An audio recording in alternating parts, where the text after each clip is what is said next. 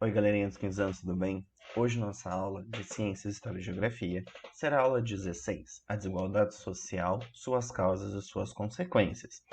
Então já separa o material de vocês e vamos dar início, hein? Primeira coisa, pessoal, que precisamos entender é que desigualdade social é um dos males da atualidade. Quando eu digo que é um dos males da atualidade, eu digo que é uma das causas que causam um mal-estar dentro da nossa sociedade. Porque a diferença entre grupos sociais, entre classes sociais no Brasil, ela acaba sendo gritante. Se a gente analisa essa primeira foto, a gente vê de um lado um conjunto habitacional, uma favela, e ao lado, separado por um muro, um condomínio magnífico de apartamentos. Ou quando olhamos essa charge, a gente vê esse abismo social entre um grupo mais privilegiado e outro grupo. Então, isso caracteriza essa desigualdade social que existe no nosso país. Mas o que causou essa desigualdade social? Ela tem três fatores. O fator histórico, que alguns grupos eles dominaram outros grupos. E o fato dessa dominação fez com que fossem tirados proveitos desses grupos dominados. O exemplo que a gente tem é a população negra que veio para o Brasil trabalhar de escravo. Logo após a abolição da escravidão, como a gente viu na aula passada, eles não eram considerados como cidadãos. Foi uma luta gigante que até hoje acontece para que eles tenham direitos. E essa falta de garantia dos seus direitos é um fator social, é um fator de desigualdade social. Temos o fator social, em que classes sociais elas vão sendo formadas conforme o status social dessa classe, desse grupo, e isso faz com que essas pessoas elas ocupem posições distintas na sociedade e tenham acessos distintos a determinados recursos. Então, uma parcela da população brasileira mora na rua, enquanto outra parcela vai ao shopping. Essa parcela não tem moradia, não tem emprego, não tem educação, não tem oportunidades na sua vida, enquanto essa tem recursos, tem dinheiro, tem acesso à educação. Então a gente começa a perceber esse fator social gritante, esse abismo social. Um fator econômico, em que um grupo social, uma classe social, acumula mais riquezas do que outra. E a gente sabe que quem tem dinheiro possui acesso a determinadas coisas, quem não tem dinheiro não tem acesso. Outros fatores que acabam refletindo na vida das pessoas é a educação, a renda, a expectativa de vida, natalidade e mortalidade. A gente vai ver cada uma delas agora. A questão da distribuição de renda, pessoal, no Brasil é extremamente desigual. Se a gente analisa esse gráfico, a maioria da população brasileira vive com entre R$ 2.800 a R$ 5.700. Todo mundo vive com isso? Não. Se vocês olharem no gráfico, existe uma parcela da população que vive com mais de R$ 23.000 por mês, enquanto tem uma parcela da população que vive com menos de R$ 2.000 por mês. E esse dado aqui, pessoal, ele acaba mascarando uma realidade. Porque 5% da população brasileira vive com R$ 51 mensais. 5% da população brasileira vive com um pouco mais de R$ 50. E o que R$ 50 dá de acesso para essas pessoas em recurso? Quase nada. 30% vive com mais de R$ 200, R$ 209 por mês. E 1% da população vive com uma renda de mais de R$ 28.000. Então você já começa a perceber que tem uma desigualdade na distribuição de renda. Se a gente olha a escolaridade, pessoal, segundo o Tribunal Superior Eleitoral, 5,2% da população brasileira se julga analfabeta, se considera analfabeta. E um país onde tem 200 milhões de habitantes, 5,2% é muita gente. É muita gente. E quando a gente olha aqui a taxa de pessoas que atingem o nível máximo de educação, que é o ensino superior, que é as faculdades, universidades, 5,6% da população. Então, a gente tem uma quantidade de analfabetos muito alta e pessoas que chegam até o ensino superior dentro do montante da população total são poucas, são alguns grupos. Então a gente começa a perceber essa disparidade, essa desigualdade. Se a gente olha para os outros, que a gente pode considerar dentro desse grupo com menos privilégio dentro da educação, 12,1% diz que lê e escreve, mas não tem nenhuma instrução. Nunca foi para a escola. 30% tem um ensino fundamental incompleto. Não conseguiu terminar o ensino fundamental.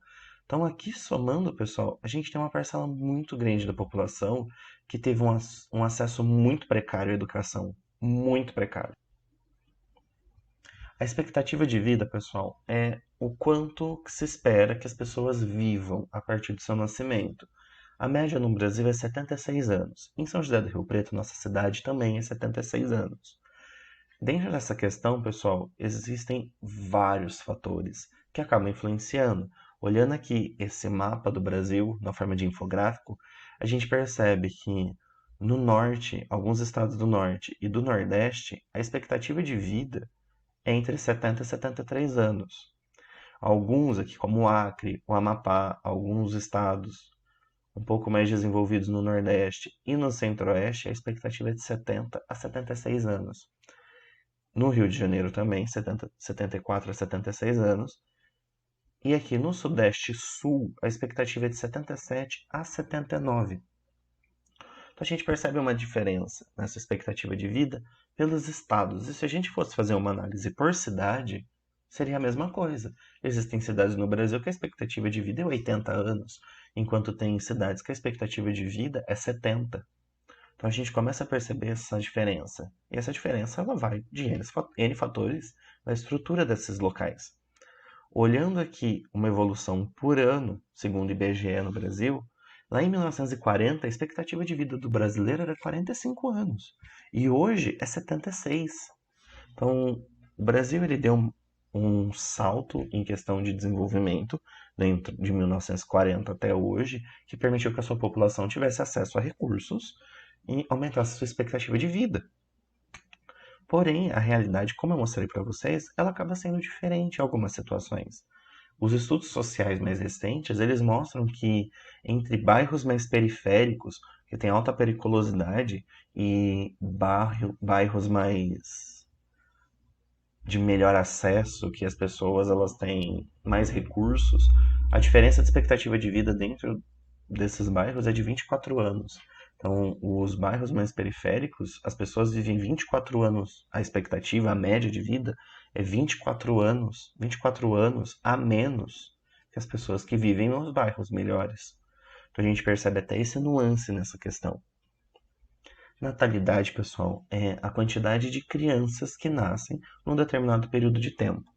Então, olhando em questão da natalidade, aqui analisando filhos por mulher, quantidade de filhos por mulher, a gente percebe já uma questão de natalidade. Em 1950, cada mulher tinha 6 filhos, enquanto hoje, em 2020, quase 2. Não se assustem, pessoal, com essa vírgula e o número. Não é tipo assim, meia criança. A criança nasceu pela metade. Não. É uma média. É uma somatória de todos os dados dividido pela quantidade de pessoas que possuem aquele dado. Entendeu? E a diferença, pessoal, até hoje acontece nessa questão da natalidade. E um dos fatores é o fator educacional. Segundo os estudos sociais, as mulheres com formação universitária possuem em média 2 filhos, enquanto as mulheres analfabetas e menos instruídas, elas têm em média 6 filhos. Então a gente percebe até um nuance dessa questão da natalidade baseado na escolaridade da pessoa. A mortalidade, pessoal, é a quantidade de mortes que acontece dentro de um determinado período de tempo.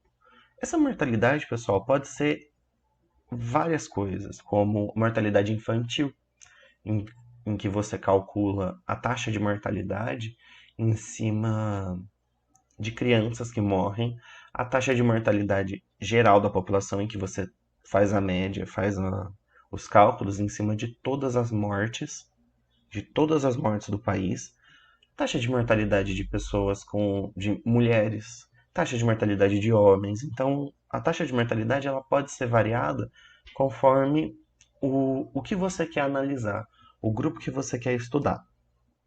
Aqui para vocês, para ilustrar, eu trouxe a taxa de mortalidade infantil por 1.000. Então, é a quantidade de crianças que morreram dentro de um grupo de 1.000 crianças. Se a gente olha em 1940, a taxa de mortalidade era de 146, quase 147 crianças num grupo de 1.000. Hoje a situação é completamente diferente, porque o sistema de saúde ele melhorou, existem pesquisas médicas, pesquisas na área de biologia, na área de farmácia, que permitem entender melhor como tratar determinadas doenças, desenvolver determinados tratamentos, e hoje a taxa de mortalidade das crianças é de 12 crianças a cada 1.000. Então a gente teve uma evolução em cima disso ao longo do tempo. Diminuímos a taxa de mortalidade. Quais são os motivos, pessoal, além desses, da desigualdade social? A herança colonial, que o Brasil ele foi uma colônia, grupos eles foram segregados, eles foram explorados, e quando eu digo herança colonial, eu estou falando justamente de algo que daquela época ainda existe hoje. Então, várias coisas que aconteceram naquela época que faziam com que grupos sociais fossem segregados, tivessem uma desigualdade social, hoje ainda acontece, hoje se repete. A desigualdade de gênero, que é a desigualdade entre homens e mulheres, em que um fato disso é a desigualdade salarial, em que mulheres recebem menos do que os homens para executarem as mesmas funções. Então, uma mulher advogada acaba recebendo menos que um homem advogado. Isso é uma desigualdade de gênero, porque os dois fazem a mesma função. A segregação racial, que é quando você aparta, quando você separa, quando você segrega um grupo étnico ou um grupo racial. E a gente vê isso nitidamente quando analisa dados, quando analisa realidade social em cima da população negra e da população indígena, como a gente já discutiu. E o acesso à educação. Por quê? Como a gente viu lá nos dados de escolaridade, uma grande parcela da população não teve acesso a essa educação. E hoje ainda, algumas pessoas não possuem acesso a essa educação. Então, isso acaba sendo um motivo para a desigualdade social acontecer. Porque se a pessoa não tem instrução educacional, a chance dela conseguir um emprego que pague bem é muito baixa. Agora, quanto maior a instrução educacional da pessoa, maior será o salário dela depois. Vamos para a correção dos exercícios agora, hein? Com base no texto da aula, como você interpretaria a tirinha da imagem 1? Aqui, pessoal, a gente tem uma tirinha do Armandinho. E se a gente olha no primeiro quadro, o Armandinho está indo para a escola. No segundo quadro, o Armandinho ele muda completamente a expressão do rosto dele. Então ele viu alguma coisa que causou um choque, que ele percebe que o sorriso dele sumiu. E no terceiro quadrinho a gente vê o que causou esse choque no Armandinho. Ele vê uma criança que está indo trabalhar de engraxate. Então, isso causou impacto no Armandinho. Então, como a gente interpretaria essa tirinha? Aqui eu coloquei a minha interpretação, tudo bem? A tirinha do Armandinho mostra a desigualdade social entre duas crianças, onde uma está indo para a escola, enquanto a outra está indo trabalhar de engraxate para conseguir dinheiro e ajudar em casa. Uma possui acesso à educação, a outra talvez não. Tudo bem? Questão 2.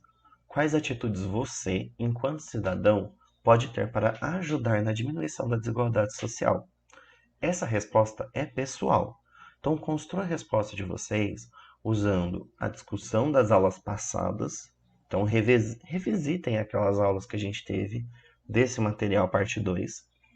E use os motivos da desigualdade social que a gente discutiu, como herança colonial, a desigualdade de gênero, segregação racial e o acesso à educação, tudo bem?